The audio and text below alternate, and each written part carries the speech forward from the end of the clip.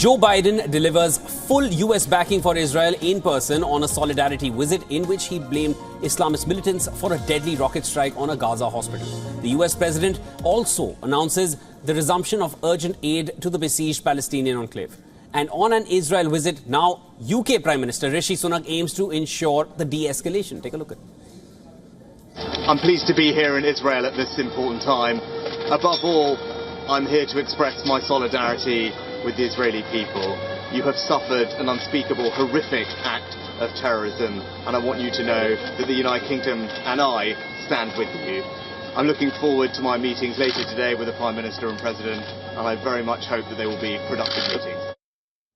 As per the Palestinian Health Ministry, 471 people were killed in the hospital strike. Israel denied responsibility, saying an initial investigation showed the strike was caused by a malfunctioning rocket fired by Palestinian militant group Islamic Jihad.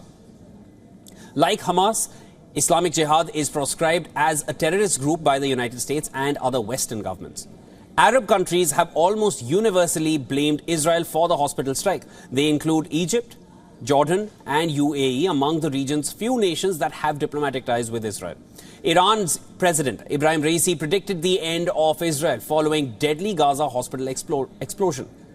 Now, apart from funding Hamas, Israel's arch foe, Iran backs Hezbollah in Lebanon as well, and Hezbollah has also been launching attacks on Israel from the northern front. Now, the Organization of Islamic Cooperation, a 57-member bloc of Muslim-majority countries, denounced Israel's backers for granting the country impunity in its war, continuing the conveyor of Western leaders who have visited Israel in the wake of the Hamas attacks. The British Prime Minister is in Israel to seek de-escalation of the conflict. Rishi Sunak will then travel to West Asian capitals as part of his diplomatic efforts. US President Joe Biden is also eyeing unprecedented aid for Israel and the Palestinians in Gaza and the West Bank as part of a wider $100 billion package that includes support for Ukraine. Meanwhile, Chinese President Xi Jinping told Egypt's Prime Minister that Beijing hoped to work with Cairo to bring more stability to West Asia.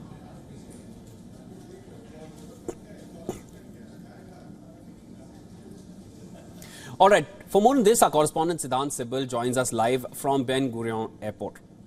Siddhant, now the US president has, of course, visited Israel and had urged for humanitarian aid to come in to Gaza.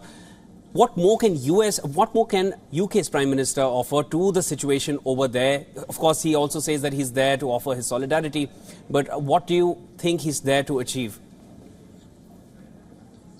Well, Shirin, the focus, of course, remains on the promise on the US president was here, and focus was on how the American can important role in defeating the ongoing crisis. But before that, all right, Siddhant, we're having a little bit of an audio glitch there. We'll try to fix that. But in the meantime, we're just letting our audiences know that the UK Prime Minister is there on a solidarity visit to Israel. He also plans to visit other regions in the area. And this comes as soon as the US President left, which was a day earlier, from Israel.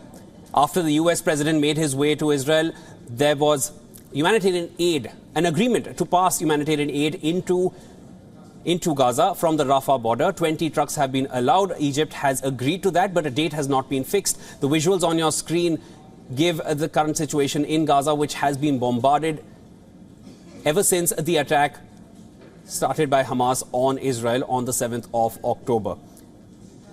Now, this is the current condition in Gaza after Israel has launched a complete siege of the Gaza Strip. They've asked all civilians to evacuate certain regions in the area, and a ground offensive is being planned.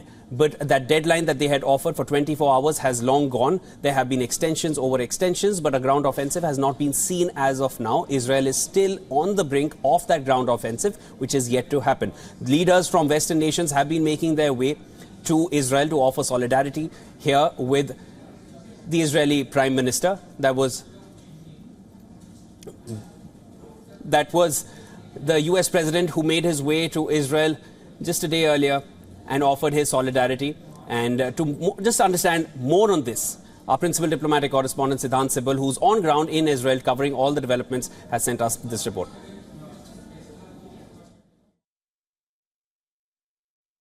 Well, the situation in Israel remains fluid and dynamic. The big worry regarding the hostages remain, but essentially WION has travelled to southern part of the country where we have seen tank movement and tank build-up.